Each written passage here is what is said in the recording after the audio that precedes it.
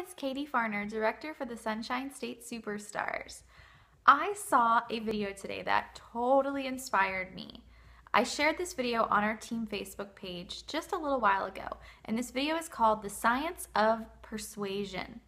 I really want you to watch this video. It totally is, oh my gosh, mind-blowing, inspiring to me. I watched it and I was like, whoa, this is so relatable to what we do.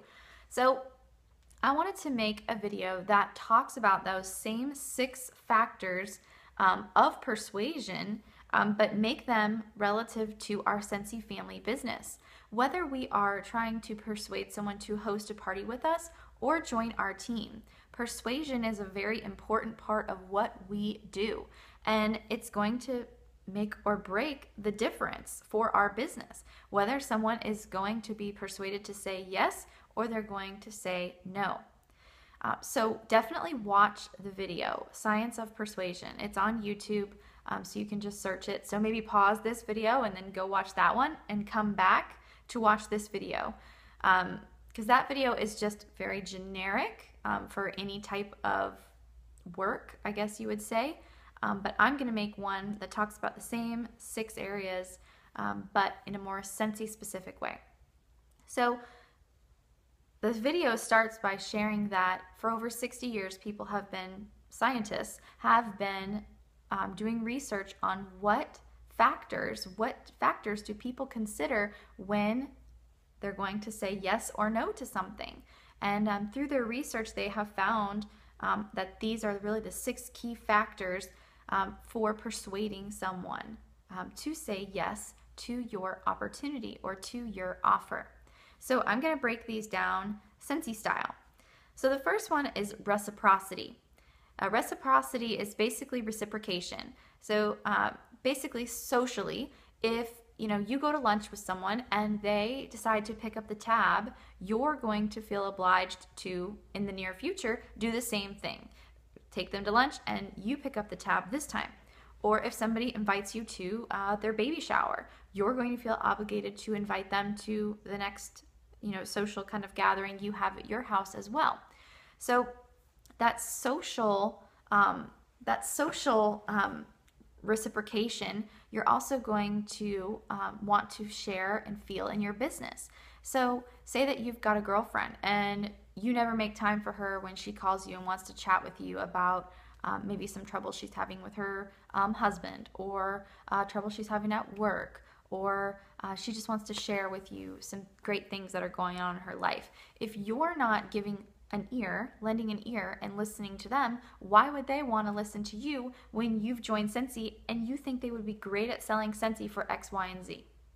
And you want to tell them why. They're not really going to want to lend you an ear if you have not done that. It's all about reciprocation. So make sure that in your social aspects of your life and in your business, you are really making sure that you are available and that you are listening to people, because they're not going to want to listen to you and your propositions, whether you're asking them to host or join, if there's been no reciprocation in the past from you. So the next one is scarcity. Scarcity is not something that we really talk much about in Scentsy. Scarcity is actually a real negative behavior in some manners, but in this manner, it is beneficial. So scarcity basically says that you need to make sure that every prospect understands the benefits they will gain, what is unique about your offer, and what they would lose should they not take you up on your offer. So recruiting, it's very important that you're asking questions and that you're utilizing form, like I've talked about in my lifestyle of recruiting training video. FORM stands for family, occupation, recreation, and how is more money beneficial to them. So I've always said that recruiting is very important that you ask questions. But here, what we're talking about is it's also very important that you make sure they understand why. Why should they do it? Why should they say yes? That you make sure to get to that heart of that decision. So what are their benefits that they're going to gain? And be specific for them. What benefits will they gain in their life once they start selling Scentsy? Now, I'm not saying make false promises by any means. I'm not saying you're going to start making $1,000 a month right away. No, no, no.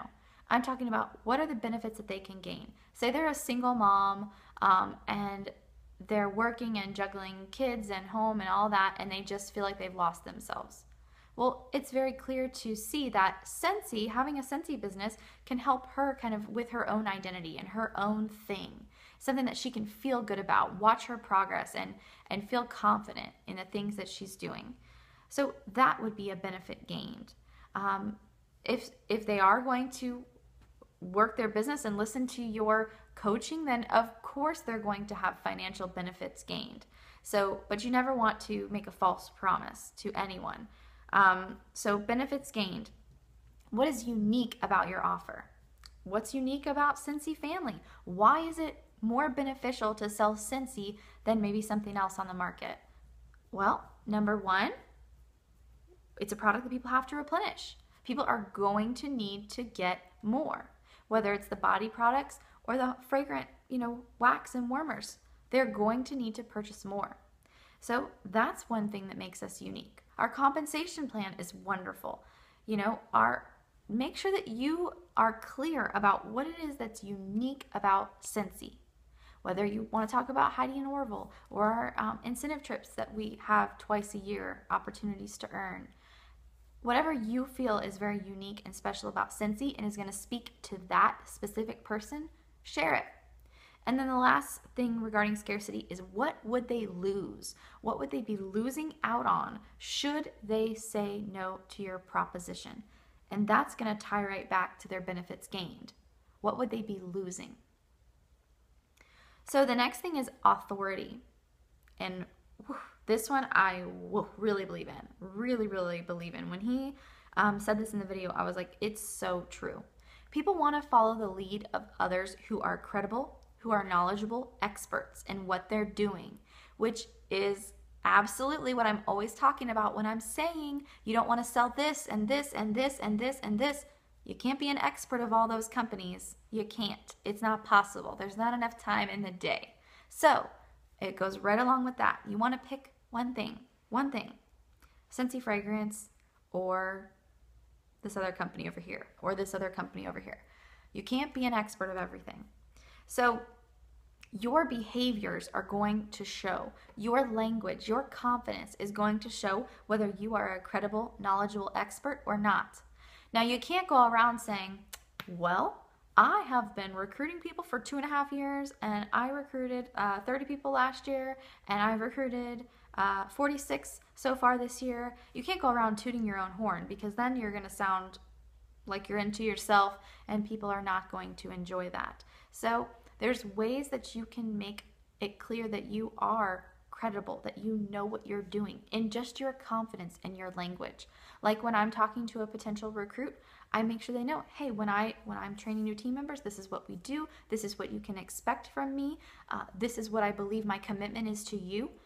That sounds completely credible and professional without having to say, I do this all the time. It's clear that I do this all the time when my language is that.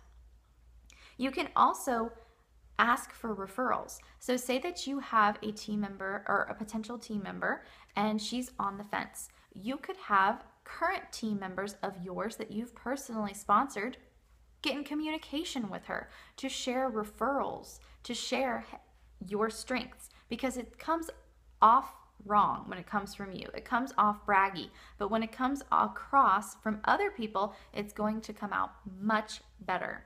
So even think about that. Think about having people make recommendations to you or referrals to you for what type of sponsor that you have been. So the next area is consistency. Consistency is going to be looking for commitments, small commitments that can be made from people. So the example that they gave of a voluntary, active, public, small commitment, the example they gave in the video was something like a slow down sign, like a watch your speed limit sign or something in the yard. And most people did not want the sign in their yard. So they got people to commit to placing a smaller sign in their window. And that small act open the door to get them to say yes to a larger act. So if somebody is considering signing up to sell Scentsy, what a great thing you can do would be to get them to maybe post about it on Facebook. Post on Facebook a picture of, a Scentsy warmer or some Scentsy products, and tell people in her network that she's considering selling Scentsy, and say that she's looking for some feedback. Have any of you guys tried the products? Are you looking for a consultant? And then see what kind of feedback they get. You can trust in the confidence that you're selling Scentsy and that these products are high quality. So she's not going to hear back negative things. She's only going to hear positive if people have used our products. So you can be confident in that. So that's one step that she can actually speak it. Say the words in social media that she's considering selling Scentsy. Another thing you can do is get her to send out emails or talk to people on the phone. As many times as she says, I'm considering selling Scentsy, I'm considering selling Scentsy, the more times she says it, it's going to happen. It's consistency. So the next thing is liking. It's what I've talked about before. Like in my other videos, I've talked about know, like, and trust and how important that is in recruiting. And here it is again, confirming how important know, like, and trust is. So people traditionally like others who are similar to them, who give them compliments, and who are currently working towards or cooperating along with mutual goals.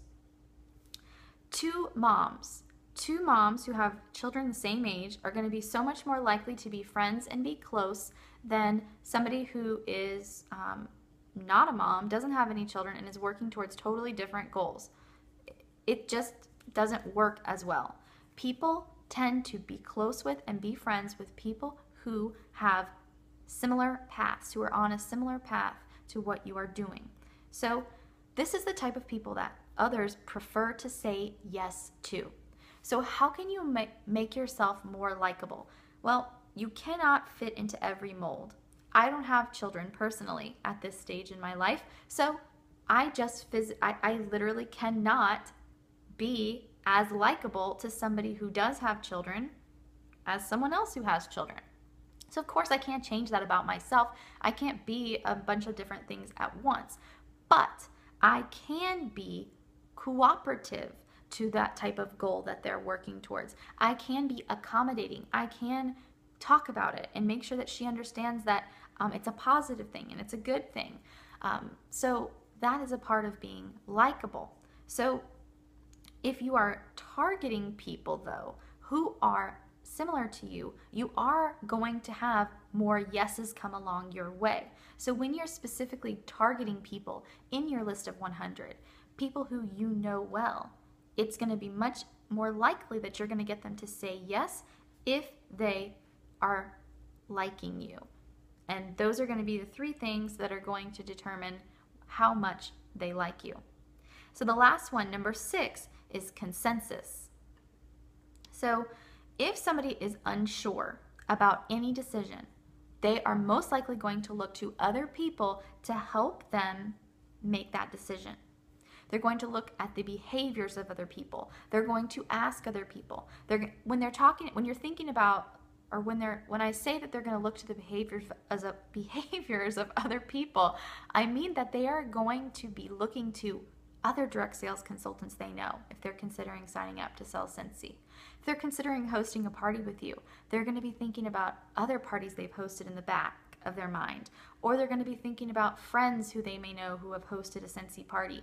They're always going to be looking to other people or at other situations to help them make a decision. So when you've got somebody who you're talking to about the business opportunity, it's a great idea to add them to our team Facebook page and announce them and say, so-and-so is considering signing up to sell Scentsy. We've chatted about it a few times and she's really considering it, but she wanted to get a little bit of behind the scenes information. So if you guys have any tips or any suggestions that you want to share with her, or just any insight on what you think about the business since you're in it, please feel free to comment below and share. and then tag her in that post. Now, I have like 6 or 7 people who I'm talking to about the business opportunity right now. I'm not doing that with all of them. You don't want to do that with every single person who's even casually considering it. That is a step that you want to take with somebody who's pretty seriously considering it. But it is a great way for them to get that consensus, to get that gathering of people who are wanting something similar, who are already doing it, to get them to tell her how great it is. That's exactly what she needs. You want her to have a consensus. You want her to have a determination that's built on the consensus of people who are going to persuade her in a positive manner, instead of maybe somebody in her family who used to sell Avon and is like, oh no, you don't want to get in direct sales. So make sure that you really pay attention to all 6 of these areas and watch that video that I suggested for you to watch, because I just got so excited when I read this. I just thought it was such great information and so accurate. Some of these definitely more so than others, like authority, scarcity, that was really good. You know, making sure that they understand the benefits gained, why your opportunity is unique, and what they're going to lose if they do not take you up on this offer. Like, those things are awesome. And the consensus, oh, those I think were my 3 favorites. But write these down, make notes, and really look at this when you're trying to recruit people and utilize this. And I guarantee you're going to be persuading a lot more people to say yes to your opportunity. And with Rocktober going on, there is no better time to give it a try. Thanks for watching this video. Woo, it was long, 17 minutes. Thanks for bearing with me. I hope it was beneficial, and make sure to subscribe so you can see all my future videos. Have a great day, and I'll talk to you soon.